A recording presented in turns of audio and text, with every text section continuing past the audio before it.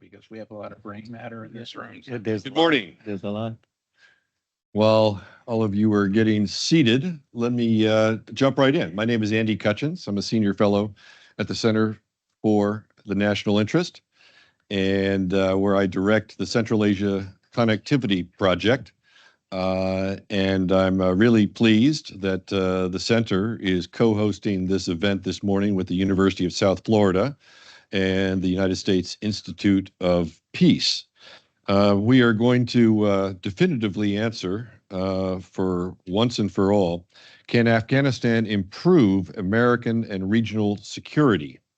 And we have a superb, I guess we can't really call ourselves a panel because we don't really have the panel, but we have three excellent speakers this morning. And in order of speaking is Jeff Grieco, the president and CEO of the Afghan American Chamber of Commerce. And he's just been in Kabul last month for discussions with Afghan business people and the Taliban about the state of business in Afghanistan. Our second speaker is an old friend, Adib Farhadi, Associate Professor and Faculty Director of Executive Education at the University of South Florida in Tampa. And he formerly served as Executive Director of the Afghanistan National Development Strategy, the ANDS. And he was a Deputy Acting Minister of Commerce for Afghanistan as well. And the cleanup batter, well, batting in the third position and fourth position, is Scott Worden, Director of Afghanistan and Central Asian Programs at the U.S. Institute of Peace, where he focuses on regional politics and integration. For me, this topic is one that is very close to my heart and the professional experience. 15, 16 years ago, when I was at CSIS, I got quite involved with Afghanistan policy. I think I decided at the time that Russia was too hard of a problem to solve, and so I'd pick something easier like Afghanistan, and also one that would give me a lot of job security down the road. I guess both of them haven't they, right? Yeah. It's the nature of that part of the world. But we started with a project on the Northern Distribution Network, supplying our troops in theater in Afghanistan back in 2009, 10, 11. And then with Fred Starr and Steve Benson, Adib, and a number of others, we did a project on what we called the Modern Silk Road, which resulted in a publication in 2010 that was modestly entitled The Key to Success in Afghanistan, a Modern Silk Road Strategy. Which the Obama administration showed some interest in, and we will take that up a little more today. But we were also working at that time very closely with the Modern Silk Road Working Group down at CENTCOM in Tampa with Adib and Leif Rosenberger. Leif, are you here today? Hey, Leif, I haven't seen you in a long time. Ted Hodgson and a great group of folks. So it's I'm really pleased that we're doing this today, and I particularly want to thank Scott Worden for helping me put together this great panel. Scott and I started talking about this 2 months ago or so. So we're delighted to be here and to be hosting an event in Washington on Afghanistan. To start kind of addressing the question of, well, if we had a policy toward Afghanistan, what should it look like? And I guess today we're going to start with the economic piece of that. So with no further ado from myself, Jeff, the floor is yours. Thank you very much. Thank you, Andrew. Thank you to the Center and USIP and all of our sponsors for today's event. We have a lot of Afghanistan brain matter in this room. I know a lot of you personally, and I'm really anxious to get into the Q&A too and comments from you today. What I thought I'd do to tackle the question that we've outlined on the PowerPoint, I wanted to open by trying to deal with this conundrum of dealing with the Taliban and use the framework or the paradigm that the Trump administration has put together for their foreign policy, which is Our U.S. policies, appropriations, and programs making America safer, stronger, and more prosperous. So let's tackle the Afghanistan discussion within that paradigm today, and each of our comments are going to go on from there as well. And I think that'll be a great basis for our Q&A session. First, on the issue of making America safer, Afghanistan under the Taliban interim authority. I prefer to use TIA instead of DFA. So if you hear TIA, you know what I'm talking about. They have worked closely with the United States, both under the Biden administration and they continue under the Trump administration to undertake significant counterterrorism activities still in Afghanistan, especially against Al Qaeda and ISIS-K. We do know that there are other terror groups operating there now. There's a recent report, I think, by the Long War website. You can go and see what other groups are operating now inside the country. The U.S. government meets regularly in Doha with the Defense Minister, Yaqub, and we are providing counterterrorism targeting information on terror targets inside Afghanistan to the Talibs. And the Talibs are using that information to neutralize these terror targets. It doesn't get any publicity in the West, frankly, but that is happening. And the U.S. has a relationship. It may only be a CIA-based relationship right now, but there is a relationship of a U.S. administration with the Taliban on the counterterrorism side. Why is that important, and why is that making us safer? Well, in my view, it's going to stop some really bad organizations and people from coming here or going to Europe or going to Central Asia. The Uzbeks and even the Pakistanis are extremely concerned about the growth and the growth of some of these terror cells and who's coming from where on the Iran side, for example. So let's tackle, secondly, how is this going to make us stronger as a nation? So the Taliban have basically secured the country fairly well. Our business guys that are members of our organization tell me repeatedly that the country is more secure than it was at any time that they can remember. They can get in their car in Kabul and drive to Herat or drive to Kandahar and get stopped maybe once by a Taliban checkpoint. The roads are open, they're getting repaved. There are contracts being issued by the government out of its own cash flow to add more infrastructure support on the road system and the transport system.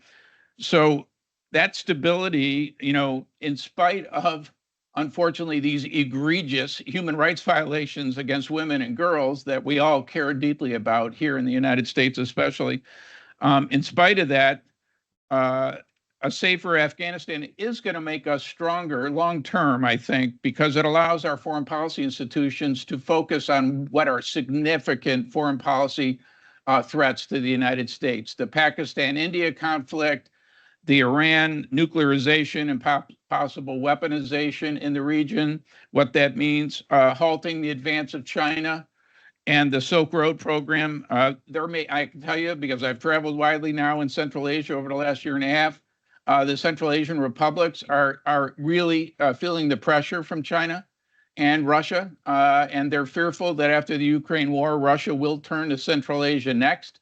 They want a closer relationship with the United States, but unfortunately right now that is non-existent as we've pulled most of our aid programs from the region, including Afghanistan. So are we stronger? I think we will be stronger if the Taliban are able to maintain the level of security that they have right now. In addition, got my notes out of order here.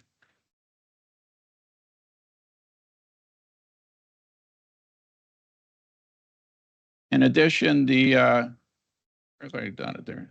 Okay. Okay, in addition, our third area is focused on the prosperity piece. So the prosperity piece is where I think we're falling down. The Taliban are falling down and the United States is falling down. Is there prosperity from Afghanistan that could help the United States? Yes, absolutely. Is it in rare and critical minerals? Tough sale. Spent a lot of time on this issue. All of the rare earth and critical minerals will require semi-processing inside Afghanistan. And that has to be done with huge capital investments that, frankly, will not come in because of the risk, both political, commercial, and other risk. And there's also no blended finance facilities that will finance huge capital inputs for these kinds of programs. Bill Bird just published, I think, with USIP, a piece on critical minerals in Afghanistan. Is it viable? You should read it if you haven't seen it. It's on their website, I believe. But the Talibs have been able to stabilize the economy.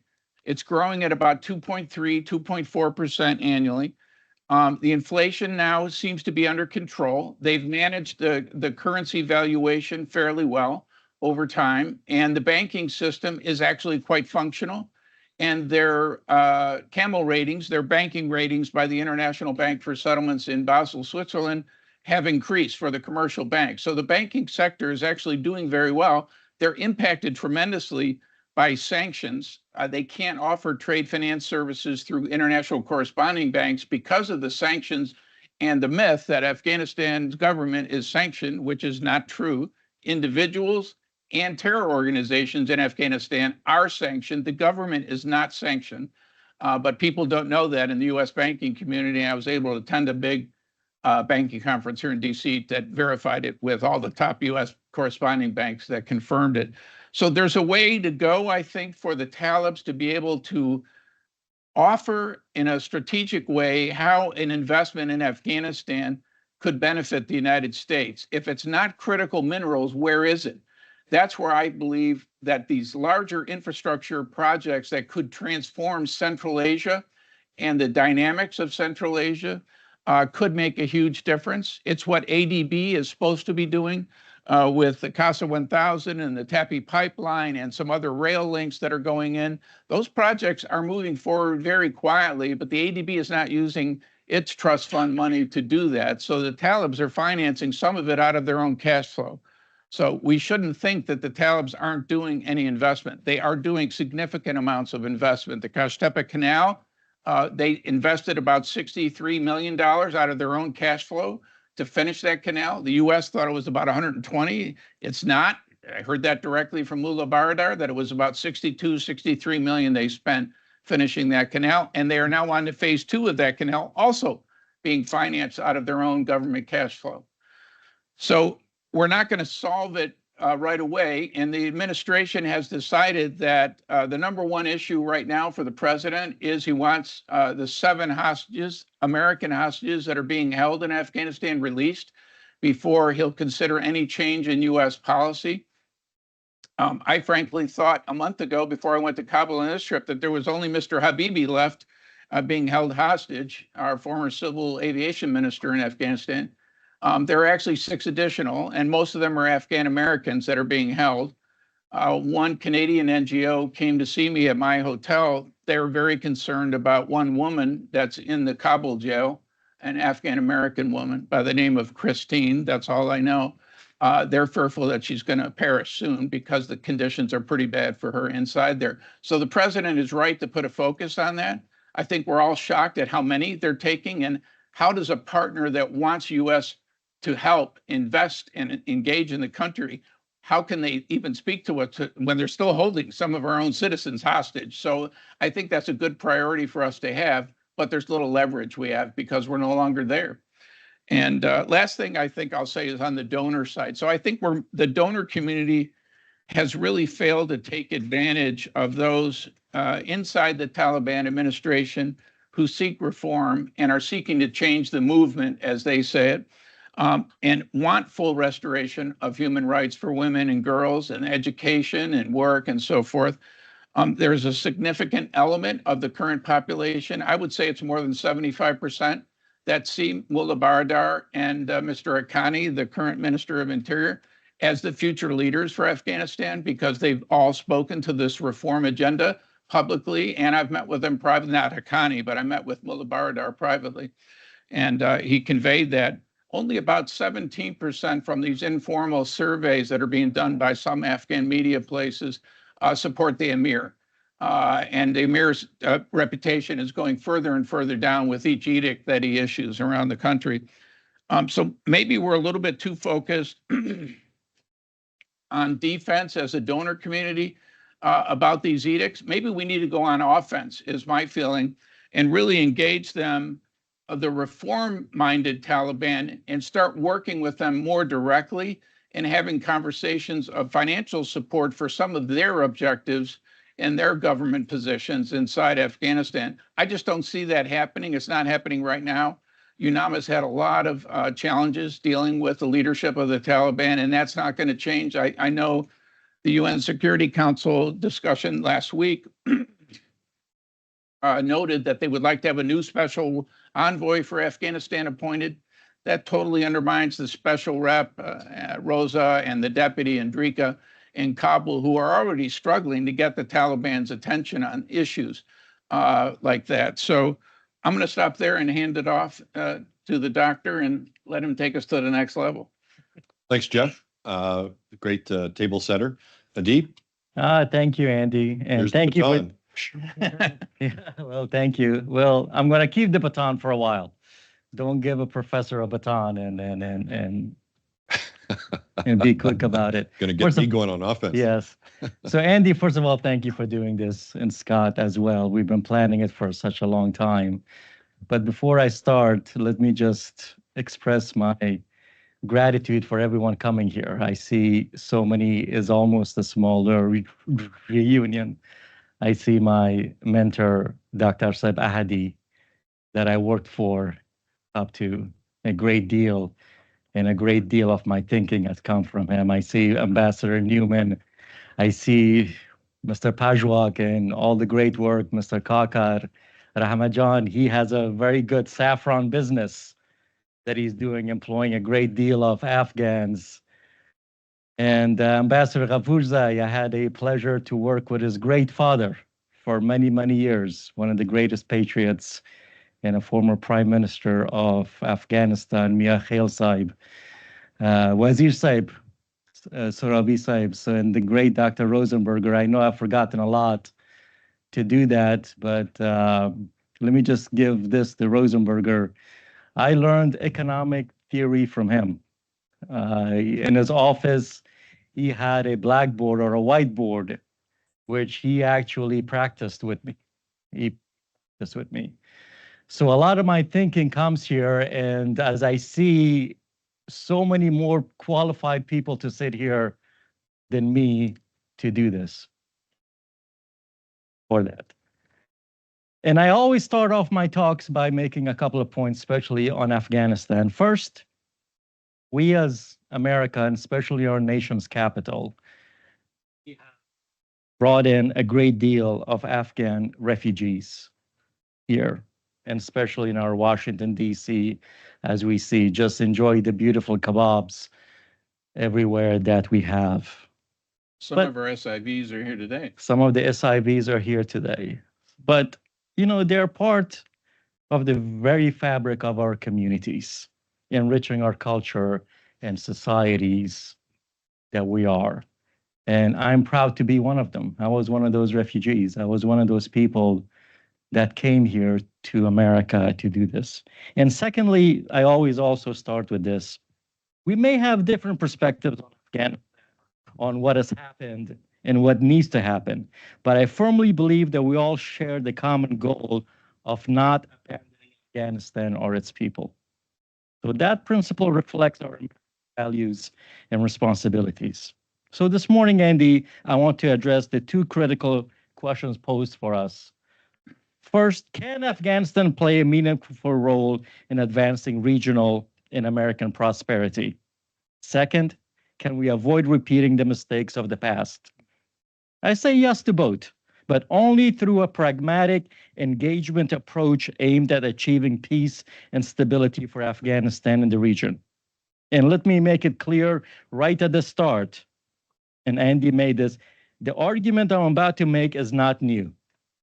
For decades, scholars, strategists, and regional experts, including Andy, myself, and the whole entire team you mentioned, have made the case that economic engagement in Afghanistan and the region is just not a moral imperative, it is a strategic necessity. For more than a decade, when I co-authored the policy paper Finish the Job with my good friend, Professor Fred Starr, we argued that America needed to shift from a security-first mindset to a strategy of practical engagement focused on regional economic integration. And Andy and Fred wrote the seminal paper on the modern Silk Road, which lays out this argument. The argument remains as relevant today as it was then, perhaps even more so. The difference now is the stakes are higher. China has expanded its regional footprint, humanitarian crises have deepened, and American leverage and influence in the region has waned. So the argument has never changed, only the context. And I suggest that this new context demands a new framework for engaging with Afghanistan, one that moves beyond the old binaries of strict contingencies or punitive isolation and instead convenes a durable strategic pathway to peace and stability while also safeguarding our national security. To start, it is worthwhile to examine a few key takeaways from the Rethinking Afghanistan conference held this past November at my university, the University of South Florida, GNSI. The insights that emerged from that three-day conference are especially relevant for our discussion today. You can watch the full conference on our YouTube channel. Across our proceedings, three distinct alternative future policy options emerged. One, maintain the status quo. Do nothing different unless terrorism or other major threats to the U.S. national security. Two, apply maximum pressure. Isolate the Taliban with further economic sanctions and other measures. Or three, practical strategic engagement, focused, conditional cooperation to serve mutual interests. Based on the recent U.S. situation and resolution, which called in part for, and I quote, continued support to the Afghan people in their efforts to rebuild a stable, secure, and economically self-sufficient state free from terrorism, illicit narcotics, transnational organized crimes, and corruption, end quote. It appears that the status quo policy remains unchanged. The status quo means letting more than 90% of Afghans remain below the poverty line. It means more than 3 million Afghans, a number that is rapidly growing as hundreds of thousands are forced out of Iran, will face emergency levels of food insecurity, and over 22 million remain dependent on humanitarian aid for survival. Applying maximum pressure through sanctions has so far have proven counterproductive. Instead of weakening the Taliban, this has entrenched their rule, especially the hardliners, and has driven the Taliban closer to China, Iran, and Russia. And what benefit has America received from it? In fact, as we know, Russia formally recognized the Taliban government just a few days ago. So the Rethinking conference has showed by contrast that practical engagement is the only approach that doesn't cede resource-rich Afghanistan entirely to rival powers while supporting our counterterrorism. It is indeed the only option that allows Afghanistan and the region to break free of the constant, relentless cycle of conflict, disengagement, abandonment, collapse leading to a failed state, radicalization, and re-radicalization. My hope and dream is to put an end to this vicious cycle once and for all. Let me be frank. Practical engagement with Afghanistan is not about idealism. It calls for a nuanced counter-abandonment approach grounded in both realism and constructivism, or what Samuel Barkin aptly refers to as realist constructivism, an approach that recognizes both the material and norms on geopolitical outcomes.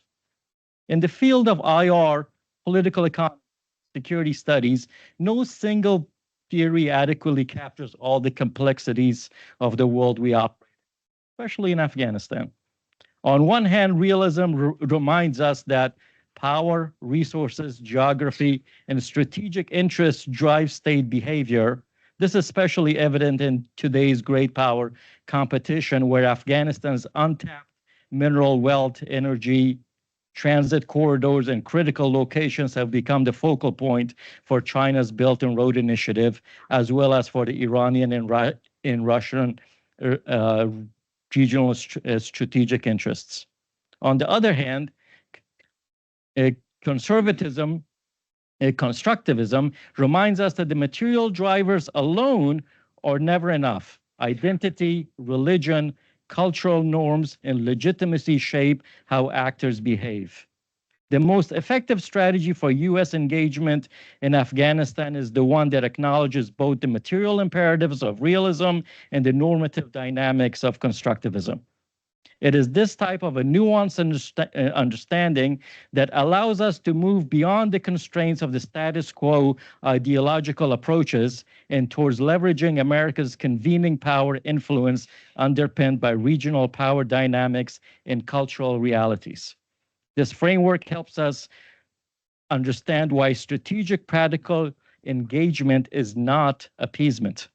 It recognizes in shaping the architecture of influence strategically to alleviate humanitarian crisis, counter dominance of the great power rivals, and preserve regional stability, especially countering terrorism in a part of the world that we have already paid dearly to secure. You know, Andy, another good example of this framework is seen in your recent study of canal and water security in Central Asia. Convening a successful water compact requires a strategy that includes the realist tools such as infrastructure investment, energy trade, and revenue sharing, alongside the constructivist dialogue that acknowledges the diverse outlooks and expectations of all regional stakeholders. It requires a genuine understanding of how power, identity, and markets interact in this part of the world. The canal should be viewed not as a local Afghan project, but as a regional one, with multiple stakeholders where the U.S. convening power of influence can play a large role in its implementation and to tie Afghanistan into the economic network of the region. This is the future that we have always envisioned for Afghanistan, not as a never-ending battlefield, but as a bridge. Not as a charity case, but as a strategic corridor, not as a failed state, but as a resilient regional node facilitated by multilateral engagement. If the U.S. does not embrace this,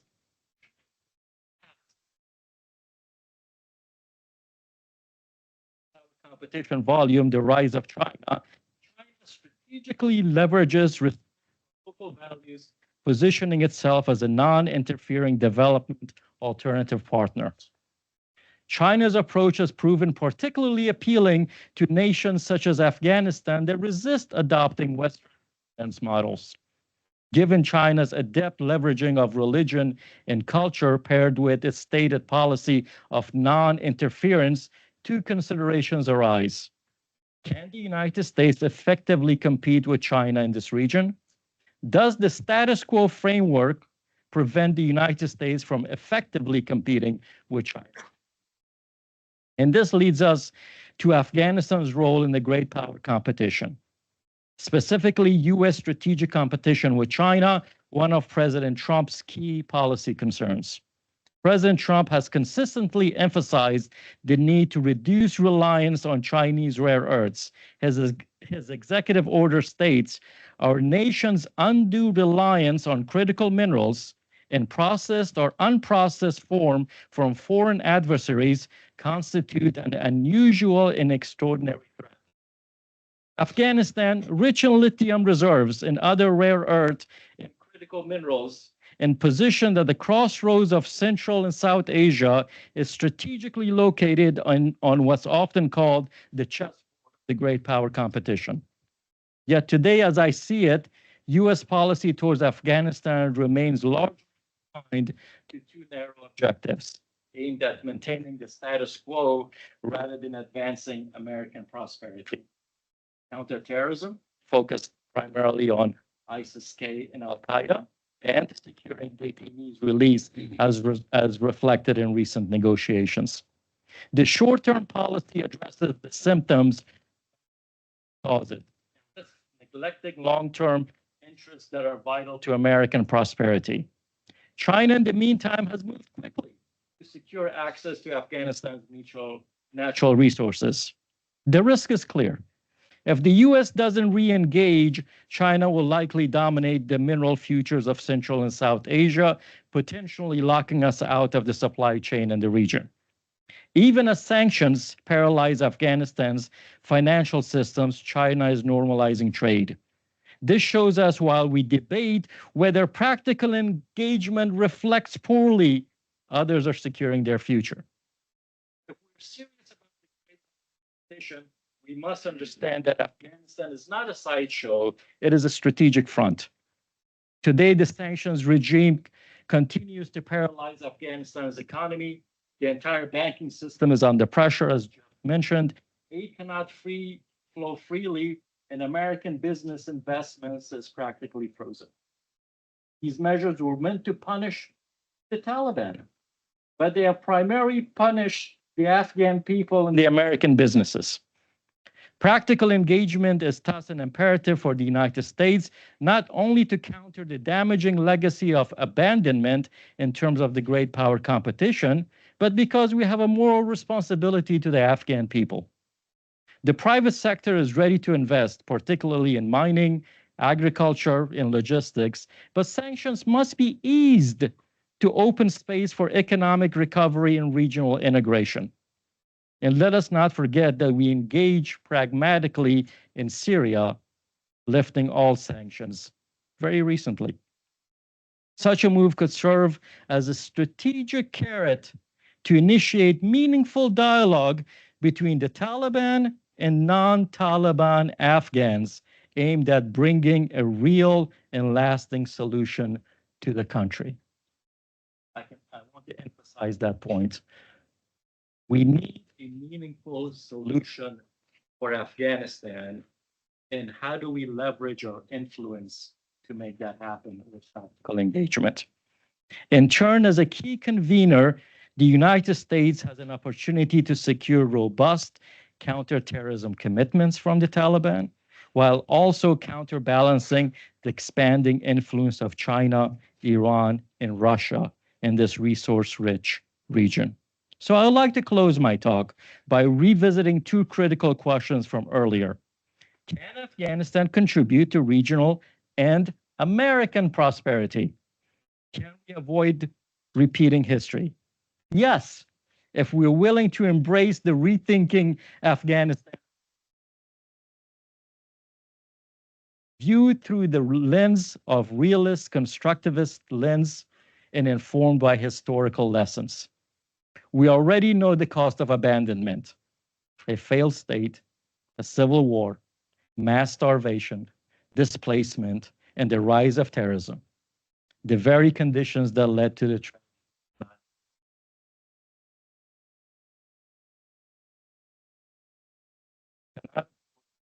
abandon Afghanistan again. Most importantly, we must recognize the human and economic potential of more than 30 million Afghans who deserve more than the fear of economic collapse and more than silence from the partners who once pledged to stand beside them. Afghanistan's future will move forward with or without us. And if we choose to remain on the sidelines, China, Iran, and Russia will shape the region's trajectory on their own terms. But if we engage realistically, constructively, thoughtfully, we still have the ability to facilitate a more stable, interconnected region while ensuring United States national security interests are protected. To quote our policy paper from 2012, development in Afghanistan is not something to be pursued after political stability and security has been established. Rather, it is what must be achieved in communal peace. And to that, I simply add, let us finish the job. Thank you, Adib. And you've removed the need for me to make the infomercial about our CFT&I report that came out in November about the Kosh Tepe Canal, but it's on the on the website, and I think it's pretty darn interesting, actually. Okay, Scott, please, Great. the floor is yours. Well, thank you, Andy, for hosting. It's great to see so many friends. Thanks for the partnership from University of South Florida as well. I'm conscious of the time as well as the expertise that is in front of us. So let me try to touch on 3 points in terms of reiterating my take on the U.S. interests here, give a little bit more flavor of what I see the regional interests and their intersection with the U.S. being, and then talk about a few policy ideas. Look, agreeing with my co-panelists, I think that the U.S. has several overlapping interests that indeed would improve the prosperity, value, and goal of our foreign policy right now.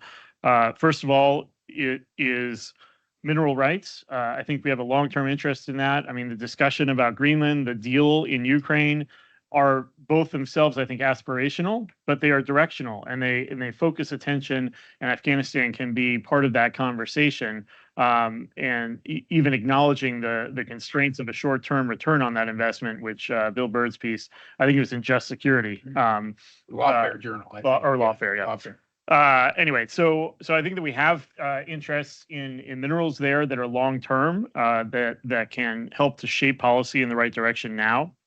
And I think that's tied with a geostrategic competition issue that Adib and others mentioned in terms of China. There is a bit of a zero-sum game here in terms of if the U.S. doesn't seize opportunities, even future ones for itself, China certainly has the appetite and the willingness and the ability to do so. And so it's also about avoiding Chinese dominance in so many ways in Afghanistan, but including on mineral rights. Secondly, I think the security and the economic interests overlap in terms of regional security and stability. This is one of the least integrated regions historically, given the great power rivalries and wars and divisions. Central Asia has increased its connectivity significantly over the last 2 decades. Afghanistan has long been seen as this missing piece of the roundabout, or whatever the metaphor is. China just reiterated with Pakistan an intention to expand the CPEC, the China-Pakistan Economic Corridor, up through Afghanistan to connect with Central Asia. Again, aspirational, but there's a country that has the means and the potential to make good on that if they want to. And so there is a competition for regional influence that I think is vital to the U.S. and relies on a proven economic benefit for the region, which includes Afghanistan infrastructure. And I think that the regional stability piece also affects overall U.S. prosperity for the broader trade relationships that we have with the region. Again, a more stable Afghanistan opens up opportunities for American business, not even necessarily in Afghanistan, which will remain to have a small economy for a long time, but in terms of increasing the good relationship, it seems now, with Pakistan, as well as with Central Asia. And I won't also ignore Iran. Obviously, right now, that is frozen out in many ways by sanctions. But we have, I think, in the rapidly evolving situation with Iran and the Israel conflict, the possibility for, in 6 months' time, in 1 year time, a greater transformation politically and maybe sanctions-wise in Iran than we've seen in the last couple decades. So I wouldn't bank on that for sure, but let's also see that as an opportunity and a need to position the U.S. in a way where we have good relations, we have a stake in the game, and that can return economic as well as security benefits. What I see in the region is some collective challenges. I think one of the interesting elements of Afghanistan policy before the Taliban, but particularly after the takeover, is that despite all of the differences among the neighbors, and they all share remarkably common interests with each other vis-a-vis Afghanistan and with the U.S. And I think first and foremost, it is containing risks that might come out of Afghanistan from going into their borders. Terrorism is on every neighbor's mind in different ways. Pakistan certainly most significantly with TTP going across the border, but all of them fear ISIS-K and other groups that were mentioned. There is also a concern with water by many of the neighbors. Afghanistan is essentially upstream from all of its neighbors. I think Uzbekistan and Turkmenistan are under the most threat in terms of water supply vis-a-vis the Kushtepa Canal. upwards of 20% of the flow could be drawn from the Amu Darya River when that goes fully online, and that would be a significant economic blow for them. Also, refugees. Everybody fears a failed state, a collapsed state in Afghanistan for a variety of reasons, but first and foremost, I think from their national security perspectives, it would drive refugees over.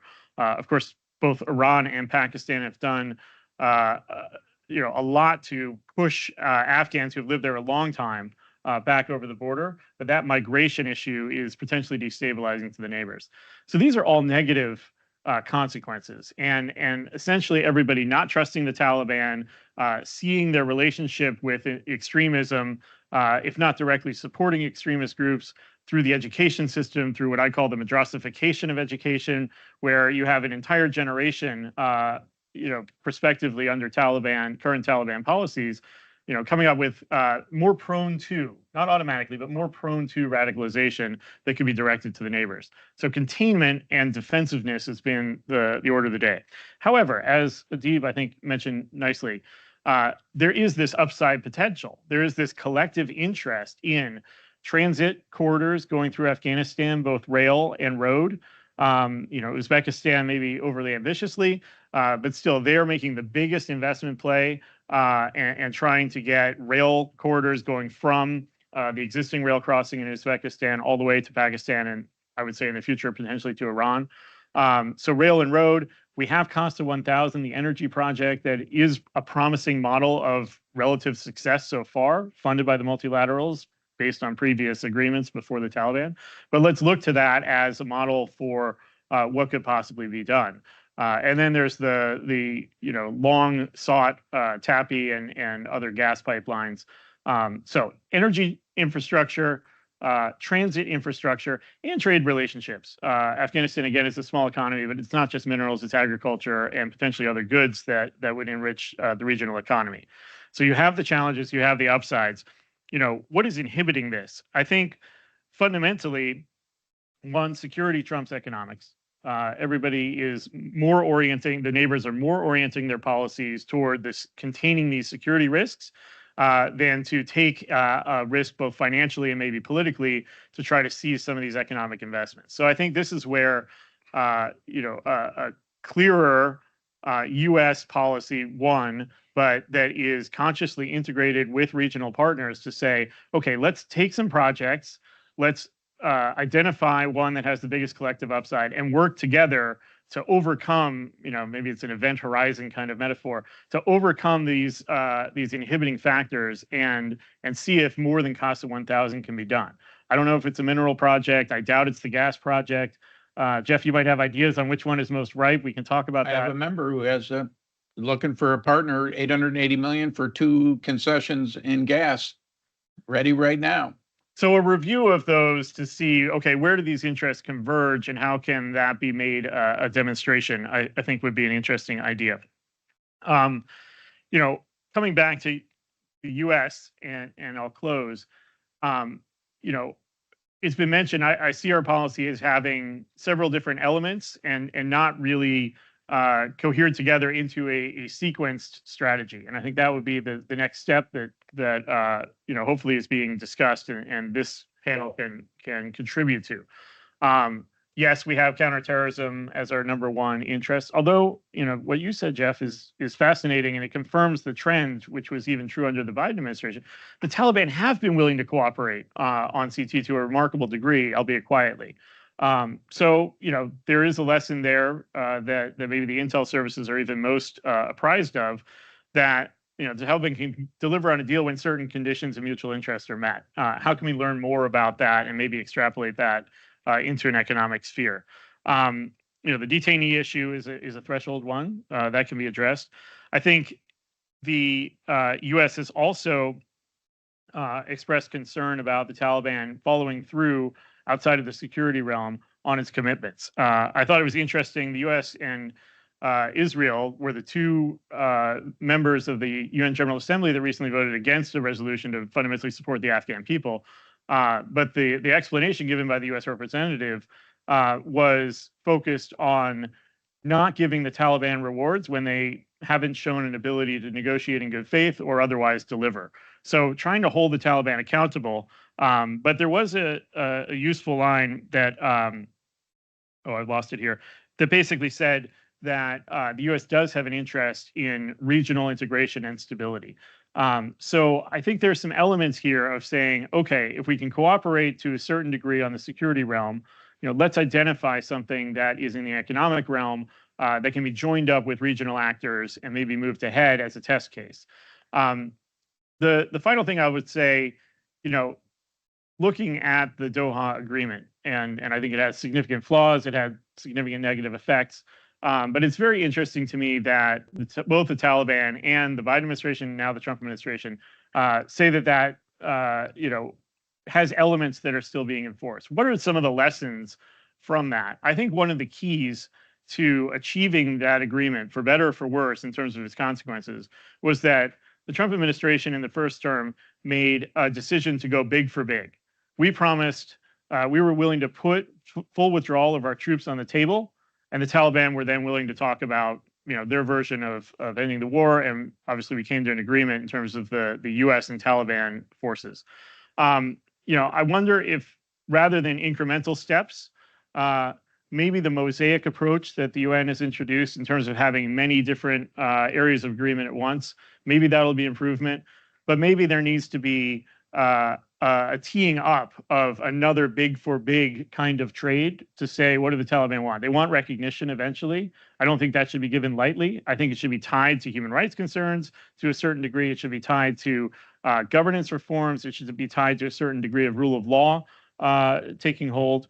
But maybe it's time to say, okay, for a large deal, to get a big mineral concession, to get Bagram back, let's put something that they really want on the table, and then make a pathway between those two and see if there can be progress. So that's my big idea, and I'll end there. Okay, Scott, get Bagram back and a large mineral deal. Okay, we were scheduled to go till 10:30. We did start late. We're gonna have to serve less good breakfast next time.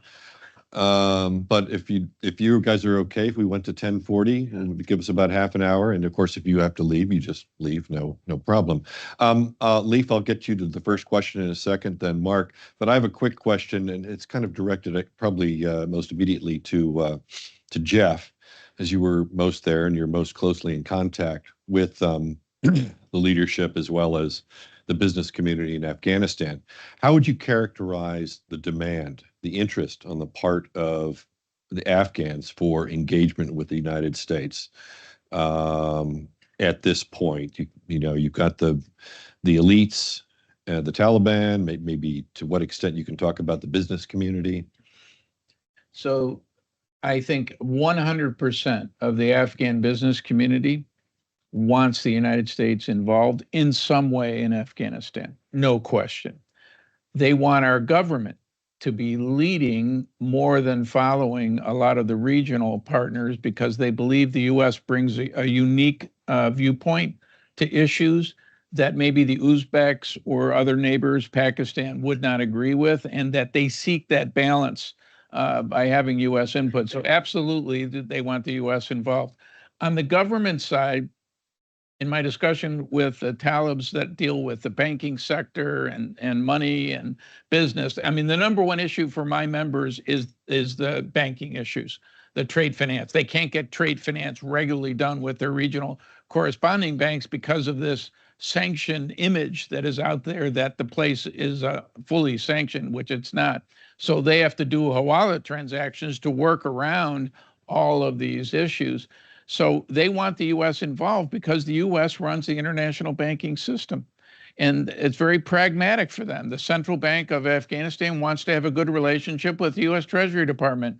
They want to have a good relationship with the International Bank of Settlements in Switzerland.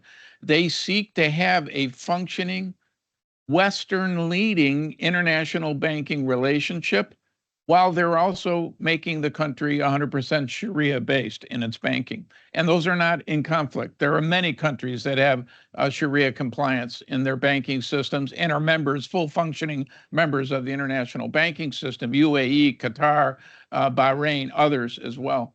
So there is a strong interest. They're frustrated, stepping back from that. most of the Afghan business leaders like Donald Trump because they think he speaks to them. He's plain spoken, he's direct, sometimes offensive, which in their view is a good thing because he's leading.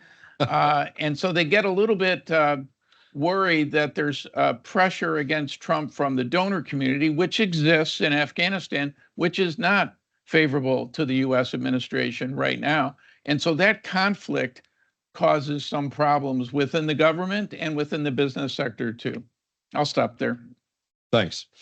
Okay, let's open it up. Please identify yourself and your affiliation. Leaf. Microphone. Oh, Leif Rosenberger. I worked in the U.S. national security arena for 35 years, and for the last decade, I've worked on Wall Street, and I've done some teaching. I want to pick up on something Adib mentioned and try to clarify it for everybody. It seems to me what you were talking about was two U.S. economic strategies. The first economic strategy occurred with the Allies after World War I. There was the Treaty of Versailles. The feeling was, oh, we got to make sure Germany doesn't have a powerful military again. The easiest way to do that is have a weak economy. It'll make it impossible to have a strong German military. Well, how did that work out? Led to German resentment, the rise of Adolf Hitler, and World War II. So after World War II, there was a Frenchman named Jean Monnet who came along and said, I've got a better idea. Let's have economic interdependence. Let's bring Germany in the tent rather than outside the tent. Let's have work together and have co-production in terms of manufacturing, everything else. And how did that work out? Oh, 8 decades of peace in Europe. Not so bad. Then Donald Trump came along and was running for president and tried to explain to people that the reason there was so much unemployment in the United States was very simple. It was because of trade, especially with China. And then Ball State did a study that he never wanted to talk about, that actually 85% of the unemployment was due to technology and not trade. Oh, let's sweep that under the table. We don't want to talk about that. But that argument, was persuasive to a lot of workers in the blue collar areas. And the one thing I want to stress here is a lot of people politicize this and talk about Trump versus Biden. Actually, each of those candidates tried to outdo each other in terms of which candidate would be more anti-China. And so instead of economic interdependence with China, that was, I would argue, was very successful for us, we have become increasingly involved in a trade war with China that started with the first go around with Trump, increased during the Biden administration, and has gotten far worse now. So my question to Adib, and just one quick thing, when people talk about Southeast Asia and ASEAN, there was a poll done in Singapore among the stakeholders. They asked which country in the world had the most economic influence. Not economic coercion, most economic influence.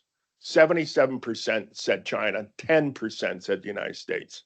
So we're doing something wrong. We're not getting it right in terms of economic influence.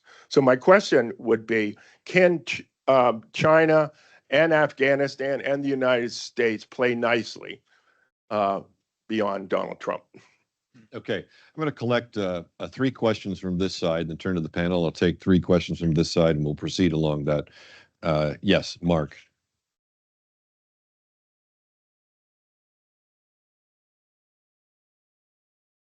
Mark Katz, George Mason University and the Atlantic Council.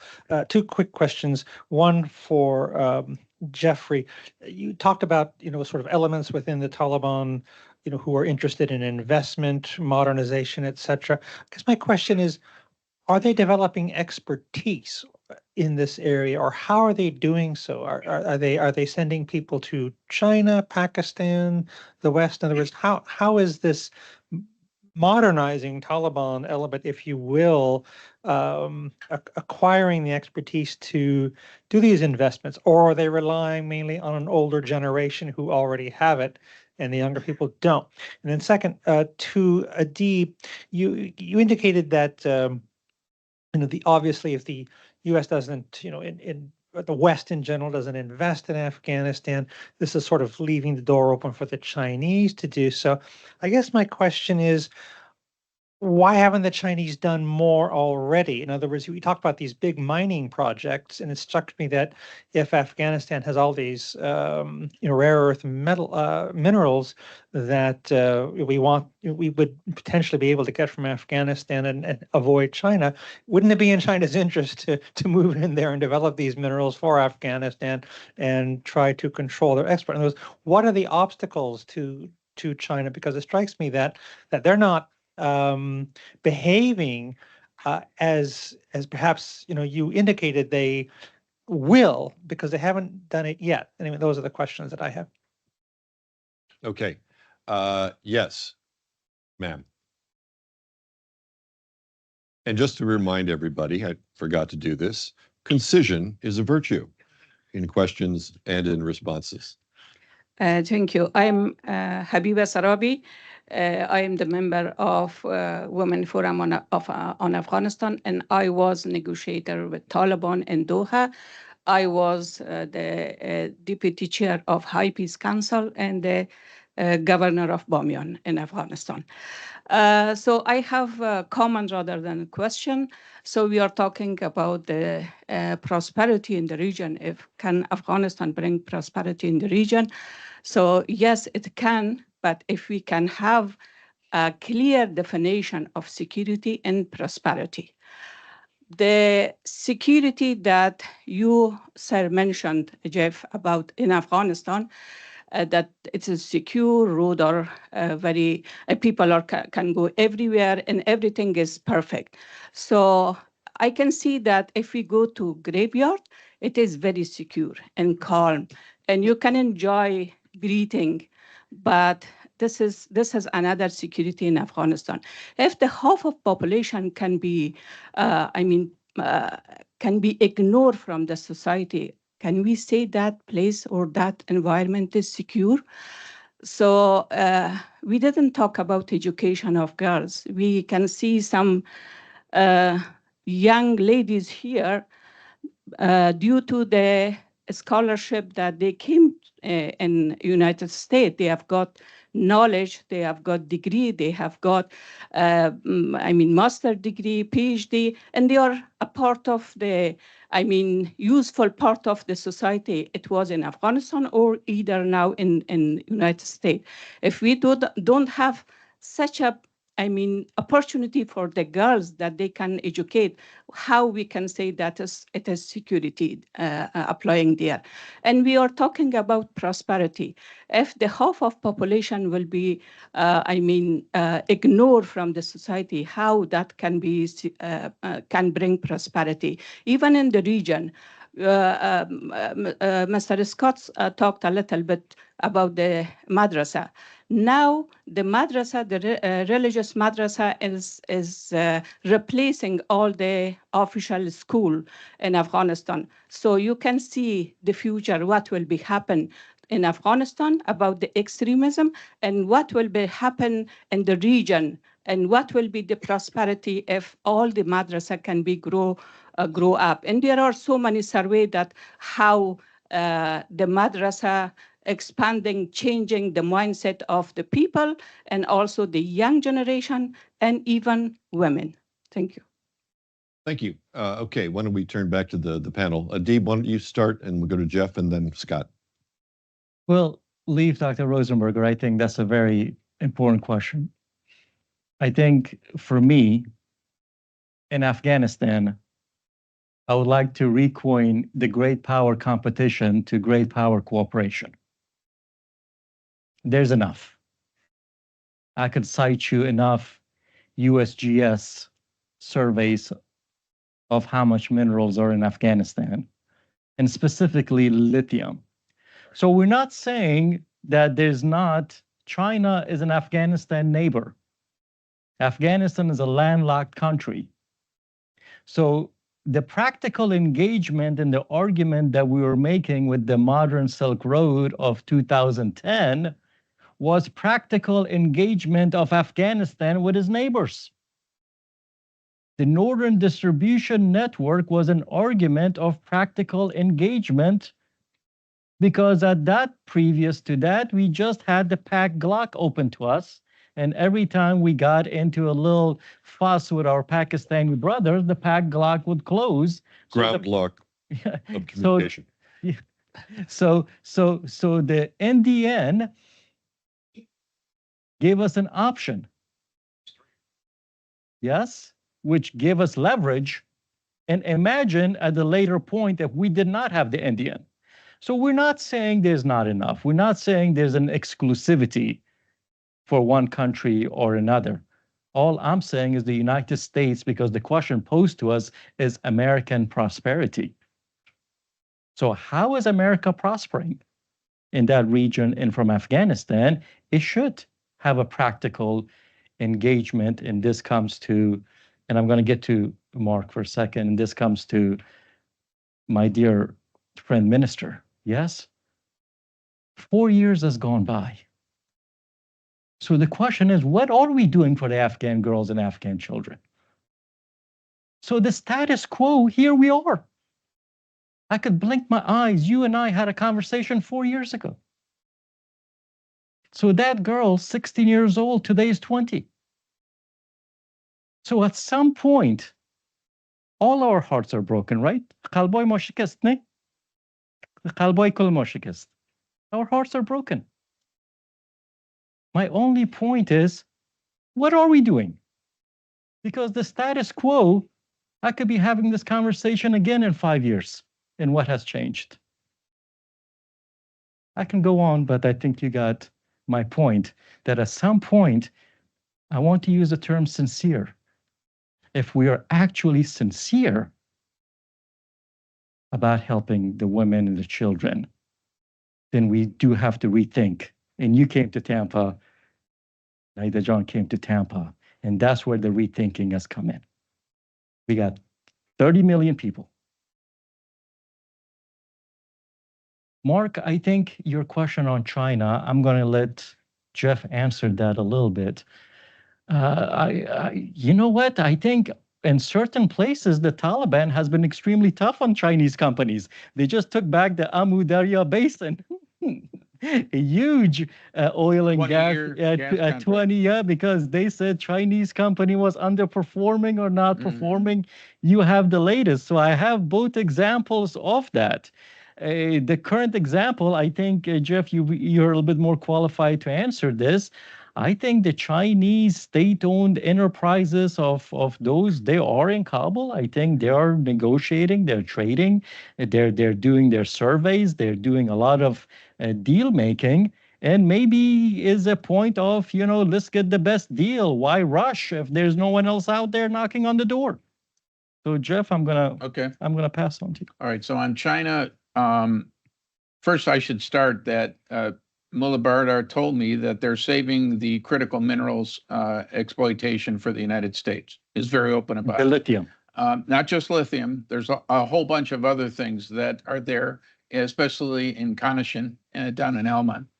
As a result, they continue to hold those, but they're also bringing the Chinese in on copper and gold and some other things. Now, there's a new Chinese investment in Helmand in lithium that just started a few months ago, very small scale, almost the Chinese trying to redo the geologic studies that the MONP had issued on the lithium. So the Chinese are being very cautious. This gas contract that got pulled is a big deal. It shocked the Chinese. I talked to many of the Chinese in my hotel in Kabul about it. They were shocked too and don't know what that means for their government. We're unclear what the Chinese government will do on that. They're not fighting on INAC, the big copper project, that is going forward. But again, very incremental, slow process by the Chinese. They're dragging it out clearly as long as they can to get the resource exploitation going. They've had the rights for 15 years. Yeah, exactly. I think we also have to talk about Pakistan. I'm going to get Robin mad at me now. So China basically, in my view, is controlling Pakistan today on the economic sphere. Their companies are agents for the Chinese in Afghanistan. They have been largely, over the last 20 years, exploiting, stealing, any way you want to call it, natural resources around the government with no revenue or tax payments to the communities or to the government. And that continues to operate even now. And I've talked to the ministry about what are they doing to crack down on the illegal exploitation of some of these minerals, and they say that they've reformed the entire border guard and customs. They've eliminated a lot of corruption with them because they see them as a stop gap for getting these trucks filled with these resources out of the country. The Chinese state-owned enterprises have set up compounds right across from Torkham and at these major points in the trade flow that go to Karachi and to Gowder Port. The compounds take the Pakistani trucks in. They do some breakdown, semi-processing, not big scale, but small scale, and then it goes straight to Gowder or straight to Karachi on a ship to China. So they have already thought through their vertical market analysis on how Afghanistan is going to fit into their resource exploitation for the region. Where we, the United States, are not even in the conversation. So the Chinese are way in front of us on that. On the technical expertise question, there is, I was shocked. I mean, even in the Ministry of Commerce, basically the number 3 guy is an American educated in New Mexico. There are Americans that are working in the Taliban government. Some consider themselves Taliban. Others are not Taliban, but had a subject matter expertise that the Taliban could not do without. So they brought them into the palace to work on trade issues and other stuff and into various ministries, especially in the mining ministry. They're definitely, really short of technical skill talent. So they're asking partners to come back. I have members who came here as an SIV who are now back because the Taliban reached out and said, your construction company is needed. You worked on the ring road. We want to redo the ring road. We have to repave it. Can you come back and we'll restart your contract that was paid for mostly by U.S. government, USAID, and they're going back and restarting their businesses, and the Taliban are not harming them, not torturing them. Are tortures still continuing? Yes, they are. GDI is largely responsible for most of those, but you can't look at GDI even itself, the General Directorate of Intelligence. It's basically the Kandahar's National Security Investigatory Agency. There's a good part of GDI that works on tax collection and stuff without killing people, without torturing people. There's a bad part of GDI that really does take people, tortures them for multiple days, extracts information, and then sometimes releases them. Sometimes they're never seen again by their families. That still exists, and we shouldn't forget that that's happening. The business community has learned to survive around all this, and they're incredibly resilient. So their expertise in the business community is called on frequently by the government. I could just give an example of the banking sector. The central bank, most of the director generals, which is like the third tier underneath the governor and then the first, second governor, most of them are holdovers from working in the civil service of Afghanistan and have all the knowledge of how to run the central bank, and they're running it incredibly well. I have to say, they're not doing a bad job. And the rating agencies are agreeing, and the banks, the international corresponding banks that are working with them on stuff regionally, but not with U.S. banks, not J.P. Morgan, not Citibank, not Paribas. Those guys don't want to touch Afghanistan. But the regional banks, UAE, Qatar, Uzbekistan, their state, the Indian Trade Finance Bank, they're working with the Afghans because they know it's good for their business. They just don't want to publicize that they're helping them. So I hope that answers your question. Thank you. Scott. Just very briefly, I want to acknowledge and agree with Dr. Sarabi's comments in general. I think that the hopeful case here to be proven is that, if you can get more realistic prospects of business engagement, particularly with Western companies, let's say American companies for this context, it's very clear that you can't do profitable business and certainly not longer term investments without an enabling environment that includes an education system, which I think if there are jobs and economic investment on offer, that can be leveraged to make sure that it's an education system that includes women, if either in the general sense or in a vocational sense. with the rule of law. I mean, who in the world is going to make an investment that is governed by Taliban courts right now? Right. So there needs to be obviously work on that. And there's broader governance issues that are implicated by any particularly infrastructure that will transit the country.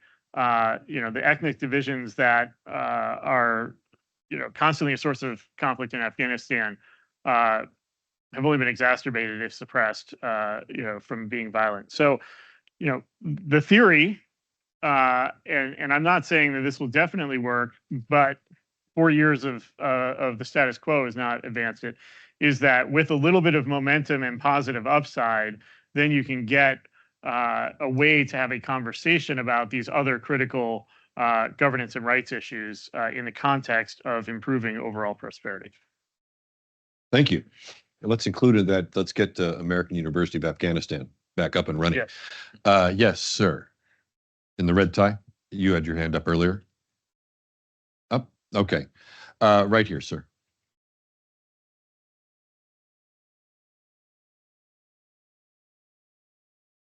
I'm Anwar Hadi, former Minister of Finance of Afghanistan. Thank you very much for a very interesting panel. I have a few comments and some questions, but in the interest of time, I think I'll forego the comments and just ask one question. Thank you. And that is, basically you offered all a critique of the U.S. policy in Afghanistan, and I think before one can really critique the critique, one has to understand what is the current policy, and that is what you refer to as the status quo. It's not all that clear, but from observation of the past 4 years is that the U.S. Remained open to engage with the Taliban, i.e. to talk with them. In some instances, provide some assistance, certainly humanitarian assistance, the largest one. And in security matters, it had cooperation with the Taliban. But for further higher level of engagement, then it required inclusiveness in government and at least women's rights, especially girls' education. So that's sort of like the current situation, and your critique is, in a way, you say enough of the status quo. It has to be changed. What I would like to know is that in foreign policy, everybody wants to follow the national interest, and I think there is probably consensus. National interest, security interest, and economic interest. Unfortunately, the United States was not very much interested in economic matters. I remember we had lunch with President Karzai and President Bush. And at that time, there was this contract with the Chinese regarding the copper mine in the INEC. And President Karzai asked President Bush that, we are grateful to the United States that with all the assistance and the changes that brought here, if you are interested in our mines, please tell us. We are about to sign this contract. Will be much more favorable towards you. And I remember very clearly, I've said this many times, that President Bush said that Afghan economy is peanuts for us. This does not affect us in any way. This is too small. And it was very nice of him. He said, sell it to anyone who offers you who makes you a good offer. I was not interested. And I'm surprised because when I was finance minister, we paid for this $17 million for the geological survey. They knew all about this. And still in 2019, 2020, despite all the importance of the minerals there, the United States unilaterally decided to withdraw from Afghanistan. Did not consider Afghanistan to be terribly important. So from an economic point of view, still I would agree, okay, it may not be very much debatable that a national government should follow national economic interests and security. But sometimes major powers, they also follow values. And this has been the case in the United States since the end of Second World War. And certainly during the Bush administration with the new cons, they were emphasizing the issue of political values and social values in the political system. Now, for the Russians and for the Chinese, it's not so difficult to decide on Afghanistan. They don't care what happens in Afghanistan. Yeah, the Russians, they don't care as to whether you have an inclusive government or not. As long as the government, the current government, has good relations with the country, that's fine with them. The Chinese, the same thing. They want to do economic.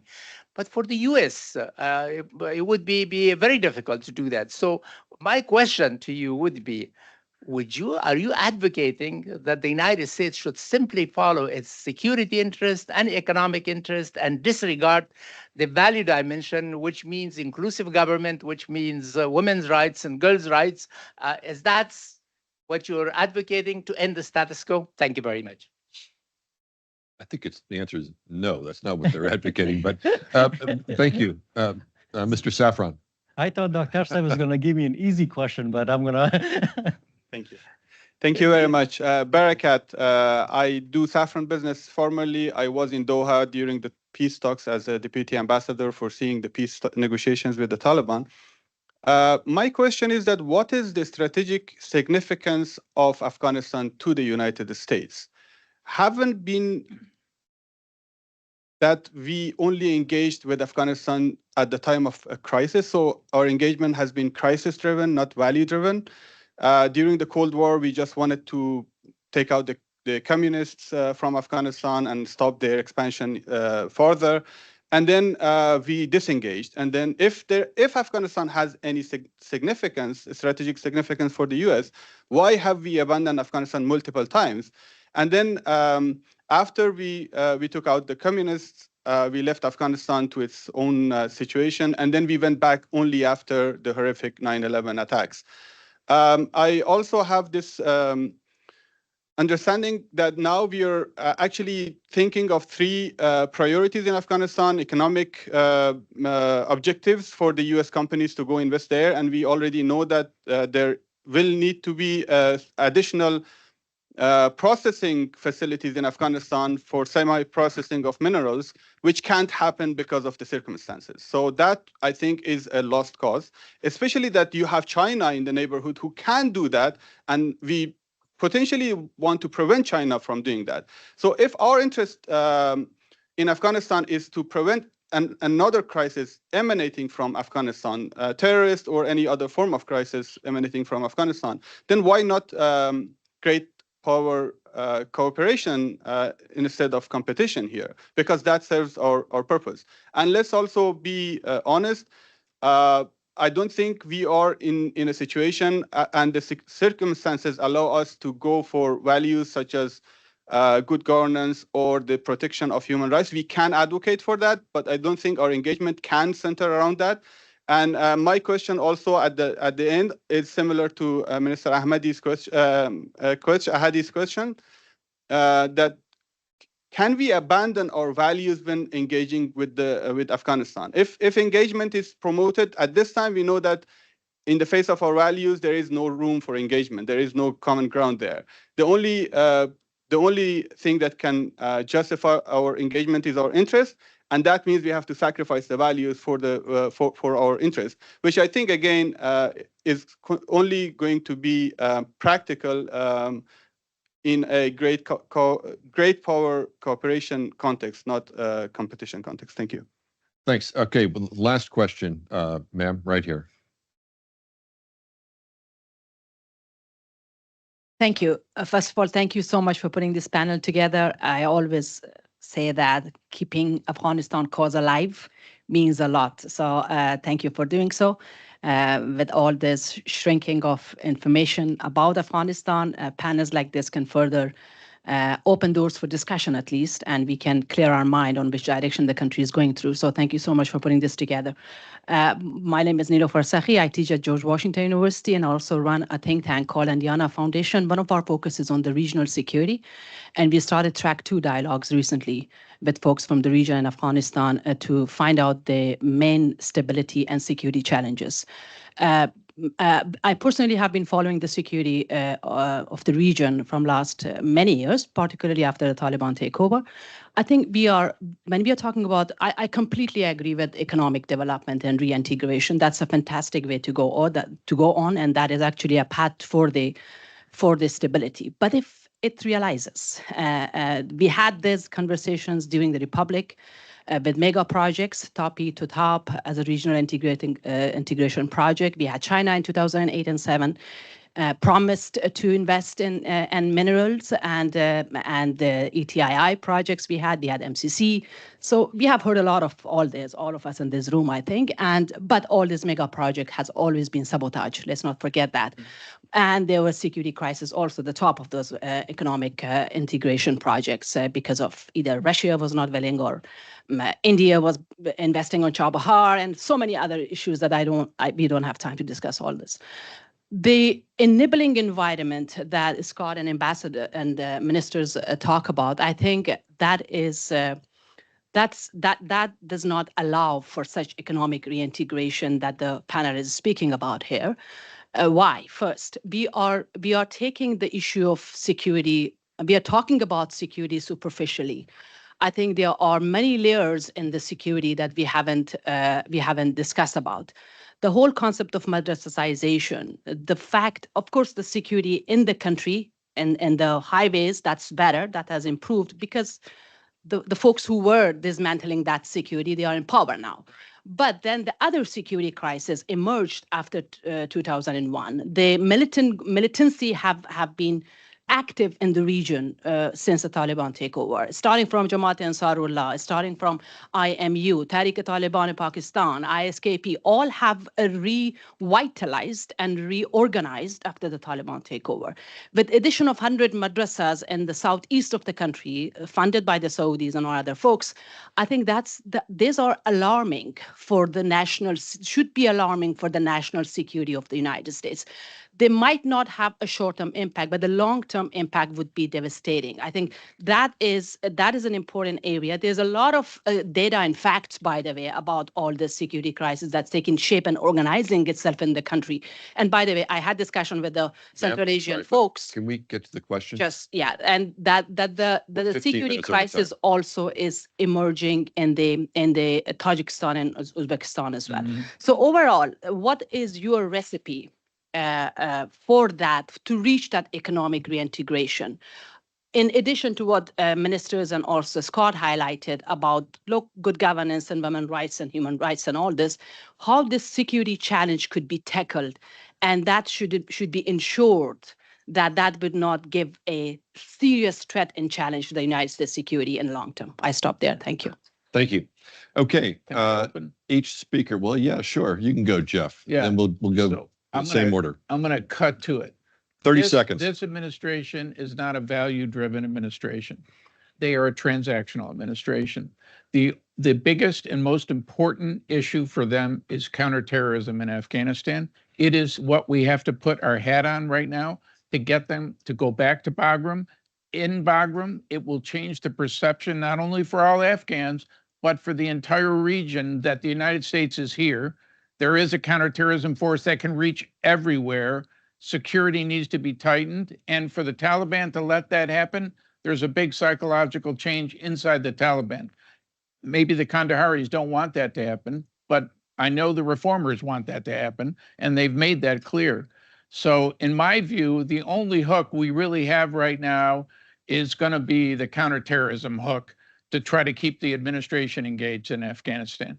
Other than that, the president's here 3 more years, and I don't see much happening unless the hostages are released and we have a major breakthrough. So. Okay, thank you. Adib. Thank you. I thought you were going to give me an easy one, Minister. You gave me a difficult one, but in 30 seconds, I'll try to wrap it up. Well, one thing that we always wanted to do was to continue these series, right? These Afghanistan, because I have coined a new term. It's called counter-abandonment. There's a great deal of counter narcotics, counter this and counter that. So for me, it's counter abandonment, and for Afghanistan, the absolute worst case scenario is the abandonment. And by abandonment, I mean United States abandonment, because the rest of the world is engaged. the abandonment is also for our national security. It's for our interest. So I'm also making the case the status quo is not helping that either. And second, I think, Dr. Saab, maybe there's much more qualified people in this room to speak about the political and everything else. But I go back to what Scott referred to earlier. As much as critique we have on the Doha Agreement, the Doha Agreement had two parts to it. Yes? Part number one was obviously the exit. But there was a very important part two, especially for Afghanistan and all of us. And it was about the creation of a new Islamic government. I think that was it, right? Well, that never happened. That never happened. Now we can have a very deep discussion of why it did not happen. In Tampa, we went into a deep dive on the Q&As and everything else of why it did not happen. But that's the ultimate of everything you refer to. So we're not abandoning anything. Yes? This is, for right now, 4 years has gone by. And I will assure you, the status quo, another 4 years going by, and nothing will happen. So if we're sincere in all that values that we're talking about, then we should rethink about this. So I'll stop there. Thank you. Scott. Thanks. I'll just come back to the provocative proposition that I put forward earlier, which is let's think about trading something big for big and seeing what space can be done in that buildup. And so, there was discussion right after the Taliban took over. There was discussion with the Sinner-Leolu report, phrased differently, but I'll say a roadmap to recognition. What does that look like? Right now there's been incremental de facto recognition, yes, more by those countries, Russia, China in particular, that don't care about values or governance at all. The Taliban, the collective leverage against the Taliban is eroding naturally over time. And I think we should be considering how to package that, use recognition as a lever, which has a number of criteria. We've got Richard Bennett and his reports talking about all the violations of treaties that the UN member state, and including Afghanistan still, is obligated to uphold. There are other conditions that do include responsible governance to protect security interests of the region that the regional neighbors will uphold. If there's something big on the table, maybe it opens up conversations that have been not possible so far, that have not gotten the Taliban attention. And frankly, for those, Kandahar, I agree, right? We'll never be convinced. But to the extent you've talked about reformers, talk to reformers, if there's something more tangible, something valuable that could be part of a serious conversation, maybe that opens up the field for other dialogue and other players to follow. Because so far the small incremental confidence building is not working. Thank you. I'll just say one quick thing in conclusion, maybe two quick things. On the question of the U.S. interests in Afghanistan, I've always answered that question vis-a-vis Afghanistan and Central Asia for the last 15 or 20 years, that it's like the three laws of real estate: location, location, location. I mean, Afghanistan is located near China, near Pakistan, near Russia, near Iran. These are the biggest challenges in U.S. foreign and security policy. And so for us to be engaged and have some kind of presence and some kind of influence in both Afghanistan and Central Asia seems like a no-brainer that we would want to have that. And the second part of that is that I remember coming into looking in our NDN project and Modern Silk Road things. What really shocked me was that after nearly 10 years of military engagement in Afghanistan, was that 90% of what the United States government was thinking about had to do with security, maybe 9% about the political configuration in Afghanistan, and maybe 1% on the economy, but without any degree of economic development and prosperity. Then whatever security gains were made, we're going to evaporate fairly quickly. So la plus c'est chose, la plus c'est la même chose. And actually, it goes back more than 15 years. I mean, these projects, Ainak, Hajikak, the Kosh-Tepe Canal. They go back to the 1960s and 1970s when these were major development priorities for Afghanistan. Yeah. But then, of course, came the Afghan War and, well, at least a 20-year hiatus for these, and some of the projects more of like a 40-year hiatus. So, I've never been in a meeting in Washington where we've gone 20 minutes overtime and only one person out of 50 has left the room. So that is a testament to our speakers. So thanks to Scott and to Adib and to Jeff. I also want to thank our chief administrator, the man who makes everything happen at CF, the Center for the National Interest, Jordan Henry, in the back of the room, makes these events very seamless. And my main takeaway from today's session, and that you're still all here, maybe you're just avoiding going into that 100-degree heat index outside. Yes. But there is an interest and a demand clearly in Washington for some serious discussions about Afghanistan, and I hope that we will, this will be certainly not the last episode that we do that here. Thank you all for coming today. That was great.